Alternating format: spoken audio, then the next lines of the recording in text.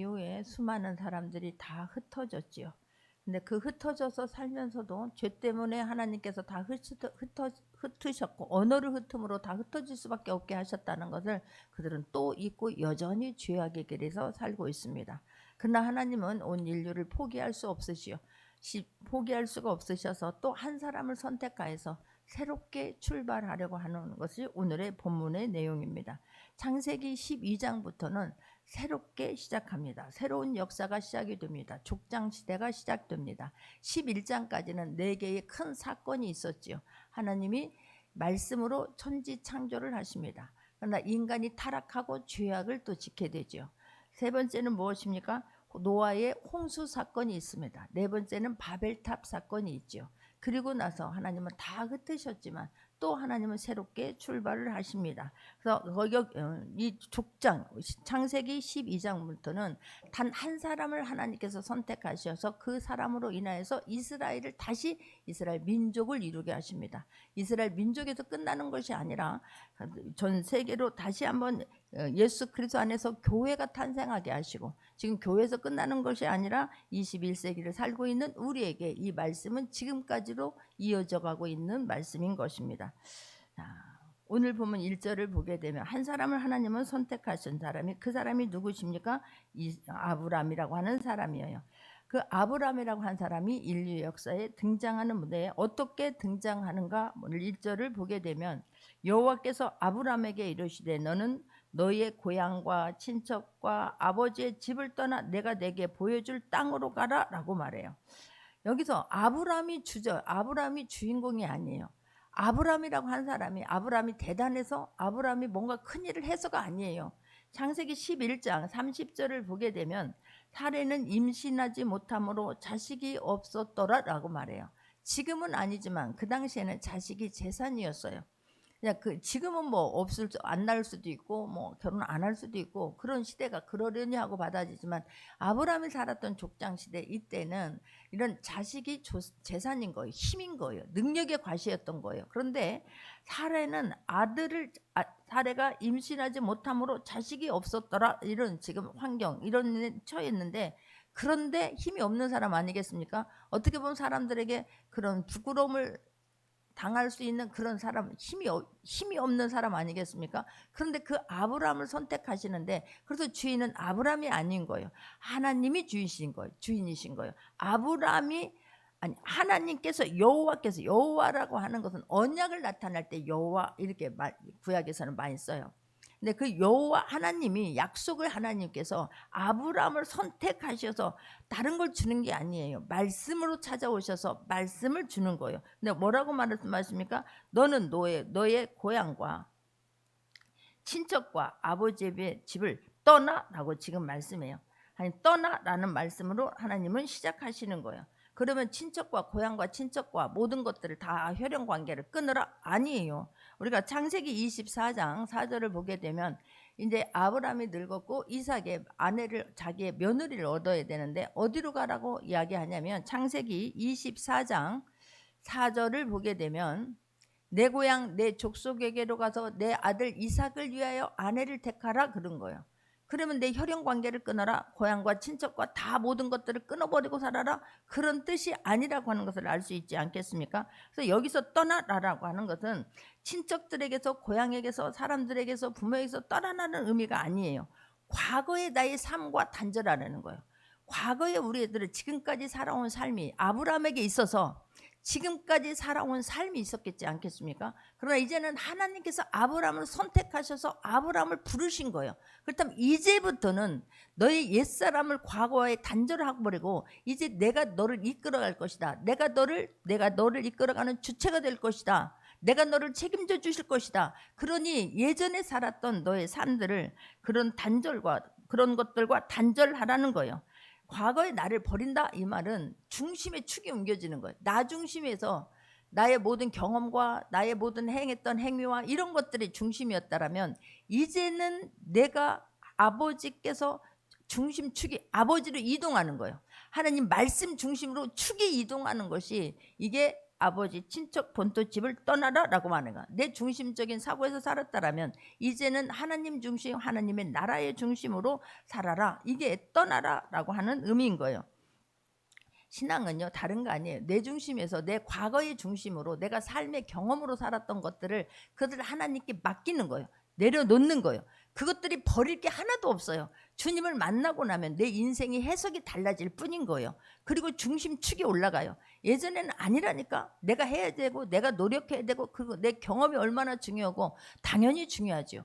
그러나 그런 모든 것들이 하나님이 말씀하시는 축으로 옮겨가면 모든 것들이 다 재료가 되고 버릴 것이 없게 된다라고 하는 것을 깨닫기를 바랍니다. 중심축이 옮겨가야 돼. 하나님 말씀에서 뭐라고 말씀하시는가? 그러면 내가 그 말씀을 어떻게 이루어낼 것인가? 그게 내가 이제는 앞으로는 나의 살아갈 기준이 되어지고 방향이 되어져야 될 줄 믿습니다. 하나님은 그것을 지금 말씀하고 있는 거예요.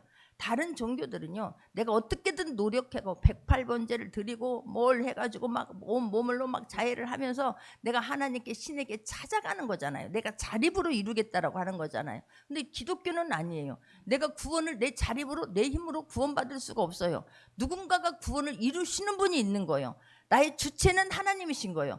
나는 할 수 없다. 그러나 그 하나님이 나를 구원해 주시고 그 하나님이 이루어 주시고 그러니 그 하나님 앞에 감사해서 내가 내 인생을 이제는 어떻게 살고 그 받은 은혜가 너무 감사해서 어떻게 보답할고 내가 빚진 자로서 어떻게 삶을 살아냈고 이것이 우리의 고민이 되어야 될 줄 믿습니다. 그렇게 하라는 거예요. 그렇게 했을 때 하나님은 모든 것을 책임져 주시는 분이 하나님이라는 거예요. 그런데 그를 어디로 가라 라고 말하냐면 너의 고향 아버지를 떠나 내가 내게 보여줄 땅으로 가라 그래요. 보여준 땅이 아니에요. 보여줄 땅으로 가라 그런 거예요.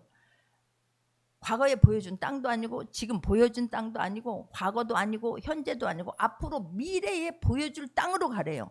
뭐 하나 쥐어주는 게 없어요. 지팡이 하나 쥐어주는 게 없어요. 금덩어리 하나 쥐어주는 게 없어요. 정말 리어카 하나 갖다 주는 게 없는 거예요. 근데 하나님은 미래를 말씀으로 만나주시는 거예요. 말씀으로 미래를 지금 하나님이 방향을 제시해 주는 거예요. 네가 가게 되면 내가 말한 그대로 되어지는 것을 보게 될 것이다. 이게 아버지의 뜻이에요. 근데 우리는 그게 아니죠. 현재 진행형이죠. 아니 과거의 삶을 반추하여서 경험으로 토대로 삼아서 그래서 내가 그것을 지금 나에게 주어져야지. 지금 돈을 주셔야지. 지금 보여주면서 가라 해줘야지. 아무것도 주어지지 아니하고 떠나라니 이게 말이 되냐고. 그래서 우리가는 아브라함을 믿음의 조상이라고 말을 하는 거예요. 놀라운 사실은 아브라함은 하나님의 말씀에 순종하고 가는 것을 보여주는 것이 오늘의 본문 내용 아닙니까? 보여주심에 가라 한다면 보여주는 것으로 보여진 것으로 간다면 믿음이 무슨 필요가 있겠어요? 믿음이 무슨 의미가 있겠어요? 하나님 내가 갔으니까 하나님 말씀하셨으니까 이렇게 됐으니까 이렇게 되겠지요? 아니요. 그렇다면 믿음이 필요 없어요. 보여준 것으로 간다면. 그러나 보여줄 것으로 내가 보여줄 것으로 내가 보여줄 땅으로 가라. 이것은 전적인 믿음에 의해서 발을 내디딜 수밖에 없는 상황 아니겠습니까? 하나님은요 항상 우리에게 어떤 현찰을 주는 게 아니에요. 어떤 약속 어음을 주시는 거예요. 그 약속 어음은 내가 그 사람에 대한 신뢰가 있어야 그걸 받아들이는 거 아니겠어요? 아무나 뭐 약속 어음 써준다 해서 막 냅다 그냥 막 그렇지 이게 나중에 다 돈이 되지 하고 받는 사람 없을 것입니다. 다 현찰을 요구하지요. 사람들은 다 현찰을 가지기를 좋아하시죠. 근데 하나님은 우리에게 약속 어음을 주시는 거예요. 그분에 대한 철저한 신뢰가 있을 때만이 그것을 아멘으로 받아들일 수 있어요. 지금도 마찬가지예요. 수많은 말씀이 선포되어지지만 앞으로 하나님은 모든 것을 말씀으로 창조하셨고 앞으로도 모든 것을 이루어 주실 수 있는 분, 그게 믿음으로 받아져야 우리의 행동이 옮겨지게 될 것입니다.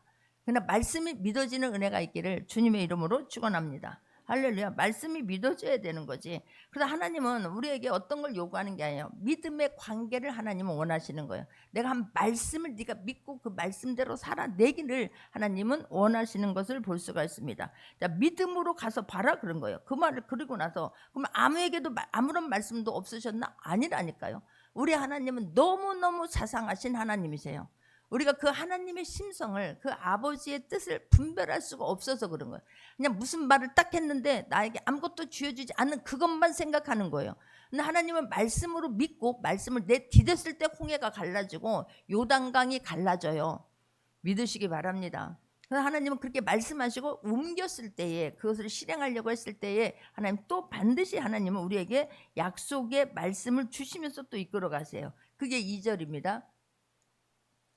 내가 너로 큰 민족을 이루고 내게 복을 주어 내 이름을 창대하게 하리니 너는 복이 될지라 라고 하면서 3절까지 보면 7가지의 축복을 주시는 거예요. 얼마나 감사한지. 내가 너로 뭘 하겠다? 큰 민족을 이루게 하겠다 그런 거예요. 그 당시에 민족이 없는 게 아니에요. 애굽도 있었고 바벨론도 애굽 이집트도 있었고 바벨론도 문화가 형성되었지 않았겠습니까? 그러나 또 다른, 그것과 다른, 본질적으로 다른, 하나님이 이스라엘 백성이 많아서가 아니라 아브라함이 잘나고 똑똑하고 세력이 크고 권세가 커서가 아니지 않습니까? 그는 호렬단신 정말 한 사람인 거예요. 자녀가 없지 않아요. 그런데 그는, 그리고 앞으로 날 가망도 없어요. 사라에게 문제가 있어서 날 가망이 없습니다. 그런데 하나님께서는 그 아브라함을 선택하시고 이런 약속을 주시는데 너로 큰 민족을 주게, 완전히 새로운 하나님의 자녀로서 새로운 한 나라가 만들어지겠다. 그러나 너로부터 시작하겠다라고 지금 말씀한, 너로 인해서 내가 큰 민족을 이루게 하겠다라고 지금 말씀해요. 이 말씀은 그대로 성취됩니다. 지금 2026년도 1월 달에 전 세계 인구가 82억 5천만이래요.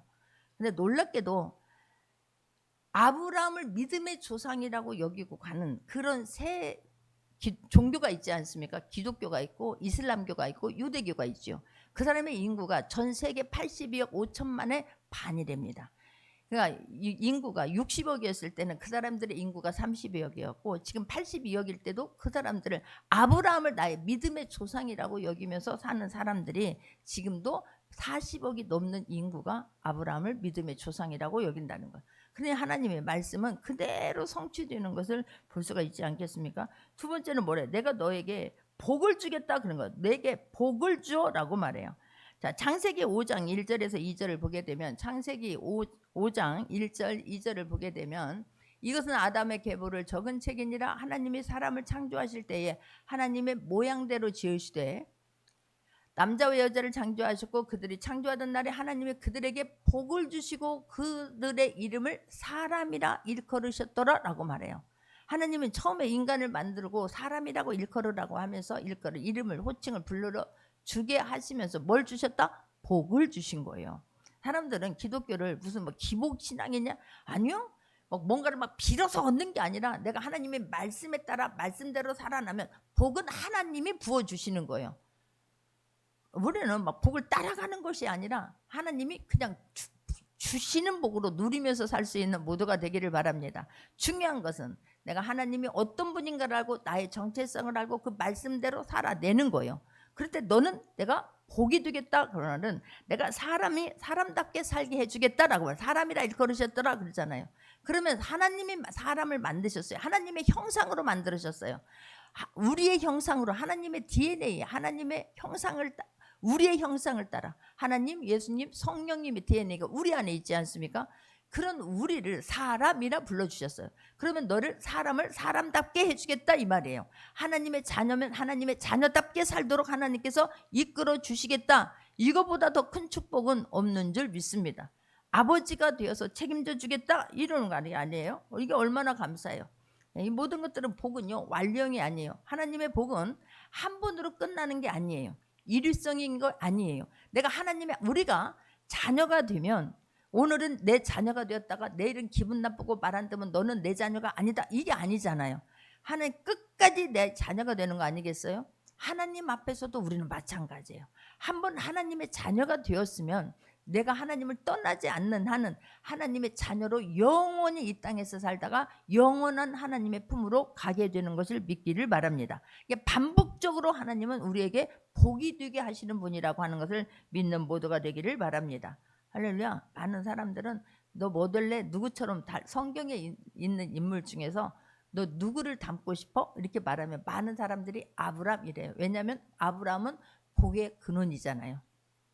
그런데 내가 아브라함처럼 믿음으로 살아낼 수 있는 모두가 되기를 주님의 이름으로 축원합니다. 세 번째는 뭐라고 말해요? 너를, 내 이름을 창대하게 하리니, 그래. 내 이름을 떨치게 해주겠다. 근데 내 이름을 크게만 알린다고 해서 좋은 게 아니에요. 크게 알려졌는데 영원히 많은 사람들한테 진짜 그 이름은 그 사람은 안 태어났으면 좋을 뻔한 사람들도 많지 않습니까? 가룟 유다에게 너는 차라리 태어나지 말았으면 좋았을 뻔하였다라고 예수님께서 말씀하잖아요. 뭐라 그래요? 히틀러 같은 사람, 이런 사람이 안 태어났으면 좋았을 뻔했지 않겠습니까?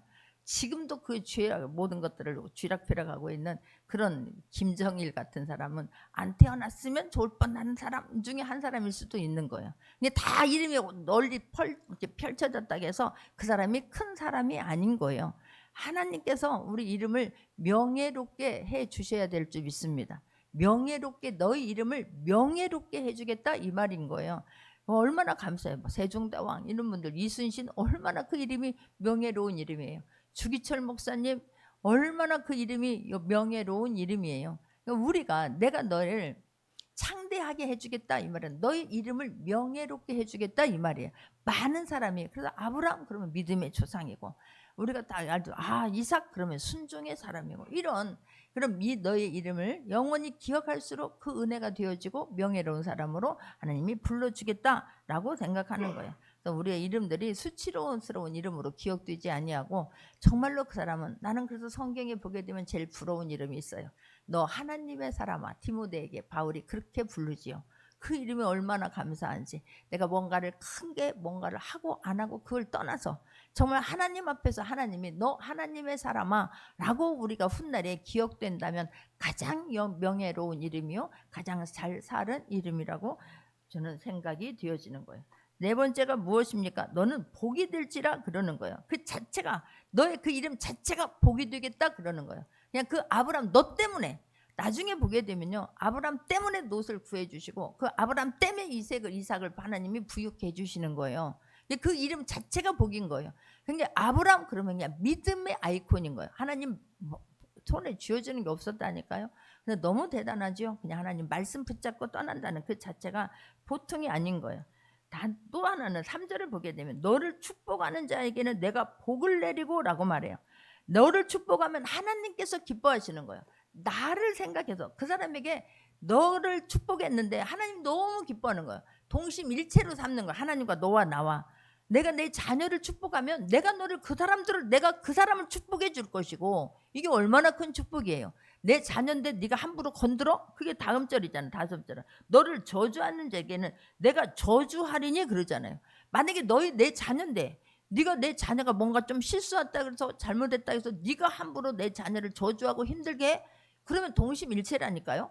하나로 생각하는 거예요. 내 자녀라고 하나님 생각하시기 때문에 내가 그를 심판해 주겠다라고 말씀하시는 거예요. 이게 우리의 자녀된 엄청난 축복이에요. 믿으시기 바랍니다. 내가 하나님이 기뻐하는 일을 하고 하나님의 마음에 합하게 하려고 어떻게 우리가 하나님을 100% 만족시켜? 절대로 불가능하잖아요. 근데 그 작은 거 하나가 하나님 앞에 잘해드리고 싶어서, 진짜 하나님의 마음을 시원하게 해드리고 싶어서, 진짜 받은 은혜가 감사해서 무엇으로라도 좀 갖고 싶은 그런 마음의 중심축이 하나님 앞에로 가 있어서 그게 살아낸다면, 기도한다면 그리도 기뻐하시는 분이 하나님이시라고 하는 것을 잊지 않기를 바랍니다. 너를 축복하는 자, 내가 막 너무 기쁘구나. 너 내 아들을 축복하는구나. 내 아들의 애탐을 네가 정말 숟가락이라는 하나라도 들어주는구나. 내가 너에게 복을 줄게 라고 말씀하시는 거예요. 야, 이 은혜, 부스러기 은혜를 정말로 날마다 긁어 모을 수 있는 모두가 되기를 바랍니다. 우리는 다 할 수 없어요. 그러나 누군가가 주님의 일을 열심히 해요. 선교사님을 돕든지 주의 종을 돕든지, 아니면 누가 헌신하는 분을 옆에서 진짜 막 기도라도, 나는 못하지만 막 수고하고 땀을 흘리면서 기도해주고 애타는 마음으로 함께할 때 하나님은 그들 기뻐해서 내가 너에게 복을 주겠다. 너 대신 내가 너를 축복하는 자에게 내가 갚아줄게. 할렐루야. 내 자녀가 울고 있다고 힘들어한다고 함부로 네가 판단, 내가 그를 또한 만져줄게. 걱정하지 마. 그래서 우리는 내가 그 전능하신 하나님이 나의 아버지라는 것 때문에 뼛속 깊이 감사하며 살 수 있는 모두가 되기를 바랍니다. 할렐루야. 이게 엄청난 축복인 거예요. 근데 내가 그거에 대한 확신이 없어요. 내가 전능하신 하나님의 자녀라는 거, 전능하신 하나님이 아브라함에게 주신 복이 지금까지 우리에게 동일하게 이어져 온다는 것이, 그게 안 믿어져서 우리는 힘이 없는 거예요. 믿어지는 은혜가 있기를 주님의 이름으로 축원합니다. 그 말씀이 그대로 이어져요.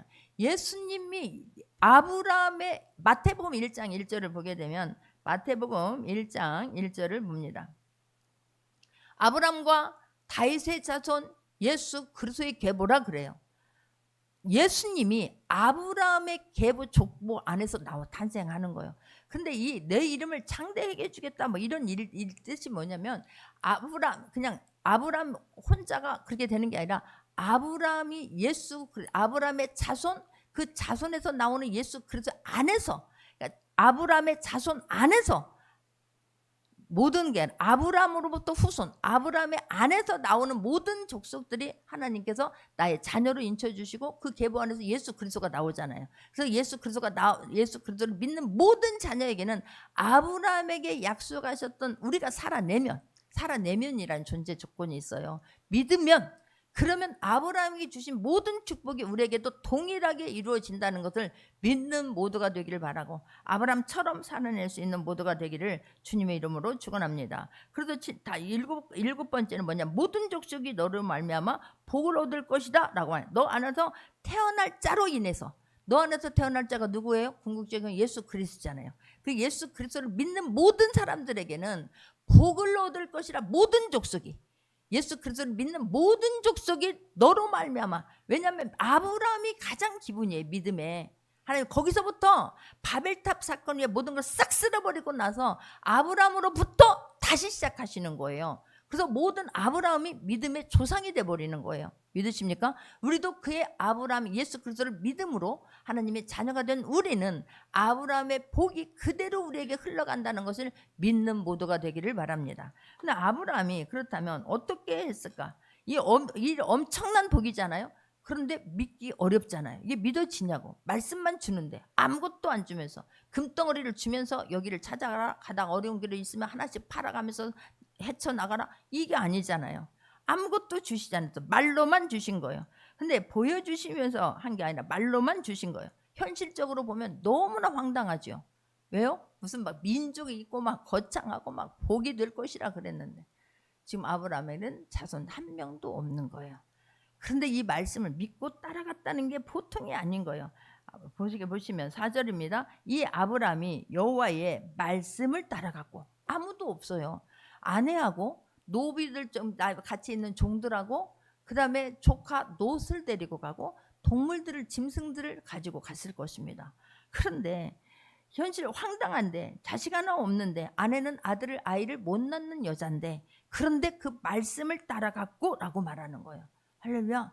그랬을 때 하나님이 이 말씀, 내가 너에게 약속한 그 말씀대로 되어질 건데, 하나님 약속한 말씀은 반드시 이루어집니다. 믿으십니까? 이대로 되어질 건데 누구에게 그대로 되어지느냐? 말씀을 따라가는 사람들에게 되어진다는 거예요. 근데 아브라함은 이 황당한데 말이 됩니까? 현실적으로 보여줍니까? 뭔가라도 증서라도 하나 써주면 내가 움직이겠습니다. 그게 아니에요. 아무것도 주어진 거 없는데, 자식 하나 없는데, 여러분, 그래서 나의 부족함이 그것 때문에 한숨을 쉬고 짜증내고 분노가 아니라 나의 부족함이 오히려 하나님 앞에 들려 쓰임받을 수 있는 절호의 기회가 된다는 것을 잊지 않기를 바랍니다. 근데 부족한 건, 나의 부족함은 괜찮아요. 하나님 말씀이 믿어지기만 하면 될 줄 믿습니다. 나는 원래 부족했지요. 그러나 하나님 말씀이 믿어졌을 때 아브라함, 다른 사람들이 수근거리지 않겠어요? 하나님이 나에게 이렇게 말씀하셨어. 만약에 예를 들어서 사람들에게 이야기했다면, 우리가 요셉이 형들에게 이야기했을 때 말이 되냐? 너 같은 것이 이래가지고 네가 어떻게 되나 보자, 그렇지 않습니까? 아브라함이 다른 사람들에게 말을 했다면, 민족, 너로 인하여서 큰 민족, 얼마나 사람들이 황당하다고 하고 얼마나 많은 사람들이 비웃었겠습니까? 그런데 아브라함은 그 말씀을, 그 약속의 어음을 가슴에 딱 품고 그 일을 떠나는 거예요. 우리가 그래야 할 수 있기를 바랍니다. 그랬더니 훗날에 모든 말씀이 그대로 이루어지지요. 아브라함 혼자였어요. 아브라함이 75세에 혼자 떠납니다. 그런데 100세 25년이라는 세월 후에 이삭을 낳게 되는 거예요. 그것도 이삭이 그냥 낳습니까? 전혀 하나님의 방법으로 주시는 거예요. 우리가 말씀을 따라갔을 때 하나님이 답은 갖고 계시는 거예요. 그 기간 동안에 아브라함의 사이즈를 점점 넓혀가는 시간인 거예요. 믿으십니까? 그리고 하나님은 약속을 주시죠. 약속의 말씀을, 진짜 이제는 네가 나를 경유한다라고 하는 걸 확신이 들었을 때 하나님 이삭을 주시잖아요. 이삭을 주셨고 그 이삭을 완전히 하나님은 아브라함을 믿으시죠. 이삭을 번제로 바쳤을 때 이삭만 줬습니까? 이삭이 야곱과 에서를 낳지요. 근데 그 야곱이 12를 낳지요. 그 12이 70명이 되어서 애굽으로 들어가지요. 나올 때는 장정만 60만 명. 그러면 200만 명이 넘는 사람으로 나오는 거 아니겠습니까? 그리고 지금의 82억 5천만의 사람까지 인구가 불어난 것 아니겠습니까? 놀라워요. 하나님의 말씀은 반드시 이루어지는 말씀이기 때문에 그 말씀을 우습게 대하지 말고 진짜 하나님의 말씀으로 받아 누릴 수 있는 모두가 되기를 주님의 이름으로 축원합니다. 그게 너무 감사한 거예요. 아무것도 손에 잡은 증거 하나 없는데 그 말씀을 따라간 거예요. 그 말씀에 자신을 그냥 맡겨버린 거예요. 그냥 믿어지는 은혜가 있기를 바랍니다. 그래서 믿음은 선물이에요. 누구는 다 맞는데 말도 안 되는 소리 하고 있는데 속에서 그럴 때에 비웃을 때에 그 말씀을 믿는 사람들이 있어요. 황당한 사람들이 있어요. 우리를 경악하게 하고 놀라게 하는 사람들이 반드시 있습니다. 그 말씀을 품고 살아내는 사람들이 있는 거예요. 그 사람들이 가장 대단한 사람인 거예요. 우리가 그 사람이 되어줄 수 있는 모두가 되기를 주님의 이름으로 축원합니다. 아무도 몰라요. 겉으로 표시가 안 나요. 나가 막 나 믿음 있어요라고 하는 게 물이 수증기가 물이 차듯이 어느 정도 찼다는 것이 그 사람이 여기서 보이면 얼마나 좋겠어요. 우리는 그런 것을 볼 수 있는 눈이 없잖아요. 근데 놀랍게도 우리가 믿음으로 갈 때 하나님은 그걸 너무나 귀하게 여긴다라고 하는 것을 잊지 않는 모두가 되기를 주님의 이름으로 축원합니다. 5절을 보게 되면 아브라함이 그의 아내 사라와 조카 롯과 하란에서 모은 소유와 얻은 사람들을 이끌고 가나안 땅으로 가려고 떠나 마침내 가나안 땅에 들어갔더라 그러는 거예요. 우리는 마침내 그냥 여기서 떠나갔고 조카 하란에서 모든 것을 소유 얻은 것들을 이끌고 가나안 땅으로 가려고 떠나 마침내 가나안 땅에 들어갔더라. 그냥 몇 발자국 안 되는 것처럼 그냥 얼마 안 가면 금방 도착하는 것처럼 기록되어져 있지요. 그러나 그 거리가 700km랍니다. 오랜 시간이었을 것입니다. 나 혼자 가는 것도 아니고 그때는 자전거조차도 없을 때였잖아요. 그럼 그런 모든 것들을 이끌고 지금 가야 되는데 엄청 가다가 장막을 치고 또 풀어 헤치고 또 짐을 싸고 또 다시 장막을 치고 그런 일들을 반복하면서 몇 개월이 걸렸을지도 몰라요. 두려움이 있으면 또 그날은 아무리 배고파도 참고 막 그 자리를 지나가야 할 때도 있었을 것이고 눈보라도 있었을 것이고 그럼에도 불구하고 어떻게 했어요? 떠나서 마침내 어디에 들어갔더라? 가나안 땅에 들어갔더라 라고 지금 말해요. 자, 히브리서 11장 8절을 보게 되면 히브리서 11장 8절을 보게 되면 합독합니다. 믿음으로 아브라함은 부르심을 받았을 때에 순종하여 장래의 유업으로 받을 땅에 나아갈새 갈 바를 알지 못하고 나아갔으며 그러는 거예요. 그냥 믿음으로 나가지 어떻게 갈 바를 모르고 지금 떠나갔다라고 성경은 기록하고 있는 거예요. 이게 지금 대단한 거예요. 쉬운 일 아닙니다. 다 혼자 가는 것도 아니고 누군가를 아내가 같이 가고 롯은 따라갔잖아요. 삼촌이 그거 아버지가 일찍 돌아가시니까 그 조카를 데리고 갔잖아요. 쉬운 일이 아니에요. 가다가 투정 부릴 수도 있고 아플 수도 있고 그런데 거기까지 어떤데 하나님이 말씀하신 데까지 가나안 땅까지 마침내 거기에 도착했더라라고 지금 성경은 말씀하고 있어요. 자, 6절을 보게 되면 아브라함이 그 땅을 지나 세겜 땅 모래 상수리 나무에 이르니 첫 번째 가나안 땅에 도착한 첫 번째 땅이 어디다? 세겜 땅에 도착한 거예요. 근데 기가 막혀요. 가보니까 그때 가나안 사람이 그 땅에 거주하고 있는 거예요. 빈 땅이 아니에요. 누군가가 아무도 없는 게 아니라 이제는 여기가 하나님이 가나안 땅까지 가라고 했다. 내가 하는 약속의 땅이 여기다 라는 확신이 들어서 여기까지 왔어요. 그럼 이제부터 땅 긋기 해갖고 줄 딱 치고 여기는 내 구역이야 하고 살면 뭐가 걱정이겠어요. 가보니까 원주민들이 살고 있는 거예요. 원주민들이라고 하는 것은요 유목민이잖아요. 그 다른 사람들이 내 구역에 들어오는 것이 엄청나게 꺼렸을 것입니다. 왜냐하면 유목민들은 짐승을 먹여야 되는데 그만큼 내 위치가 내 짐승들이 먹을 것이 줄어드는 거 아니겠습니까? 내버려 두겠냐고요. 내버려 두지 않지요. 얼마나 황당했겠냐고. 그렇게 고생해서 그 말씀 하나 믿고 친척 본토 집을 다 떠나고 일단은 내가 떠난다는 것이 나의 과거로부터 나의 정체성으로부터 떠나는 거지만 일단 나의 부모와도 떠나는 거잖아요. 그래서 왔는데 아니 다른 사람이 살고 있어. 얼마나 원망이 되고 얼마나 낙심이 되겠어요. 그런데 믿음의 사람의 특징은 원망하거나 불평하지 않아요. 거기서 원망했다는 말이 없는 거예요. 낙심해서 주지 않고 통곡했다는 말이 없습니다. 7절을 보게 되니까 여호와께서 아브라함에게 나타나 이르시되 내가 그 이 땅을 내 자손에게 주리라 하신지라. 자기에게 나타나신 여호와께 그가 그곳에서 제단을 쌓고라고 또 말해요. 야, 원주민 살고 있는데 하나님은요, 여러분 말씀하실 때 순종하고 가게 되면, 행동으로 옮기게 됐을 때 또다시 하나님의 말씀이 임하고 또다시 하나님의 말씀이 임해요. 그냥 말씀을 품었는데 말이 안 된다라고 하는 사람에게 또다시 말씀이 임하는 게 아니라 정말 그 말씀을 붙잡고 바로 옮겼어요.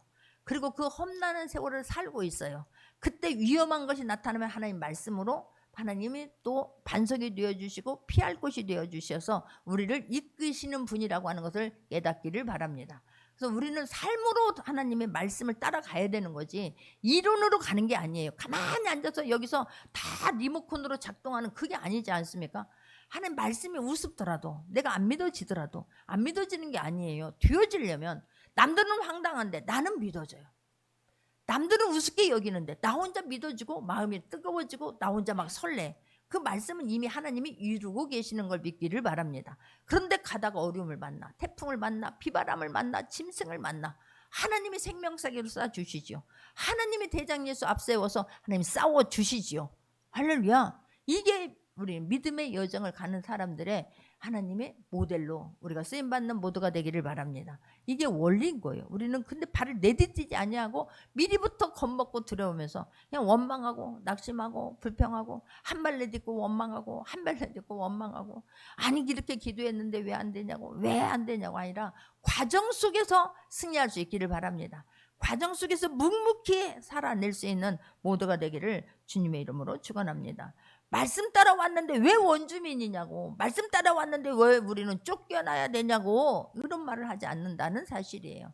자, 8절에서도 보게 되면 거기서 베델 동쪽 산으로 옮겨 장막을 치니 서쪽은 베델이요 동쪽은 아이라 그가 그곳에서 여호와께 제단을 쌓고 여호와의 이름을 부르더니 그래요. 놀라운 사실은 지금 아까도 거기서 가나안 땅에 들어가서 지금 한 게 뭐냐면 하나님 앞에 예배를 드리는 거예요. 그곳에서 떠나잖아요. 그곳에서 있을 수가 없잖아요. 그곳을 향해서 왔는데 원주민이 살고 있어. 그들이 거부해. 거기서 있다가 우리가 위협을 느낄 것 같아. 그래서 떠나요. 근데 하나님은 그때 또 말씀을 주시지 않습니까? 그때 그 말씀이 또 믿는 거예요.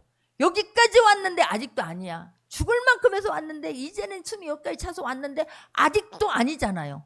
근데 거기서 또 원망하지 않아요. 또 불평하지 않아요. 하나님 또 말씀을 주시니까 내가 7절에 말씀을 주시니까 내가 이 땅을 내 자손에게 주리라 그렇게 말씀하시니까 어떻게 했다고요? 그곳에서 제단을 쌓는다니까요. 하나님 말씀이 믿어져서 그 하나님 앞에 엎드려 예배를 드리는 거예요. 놀랍지 않습니까?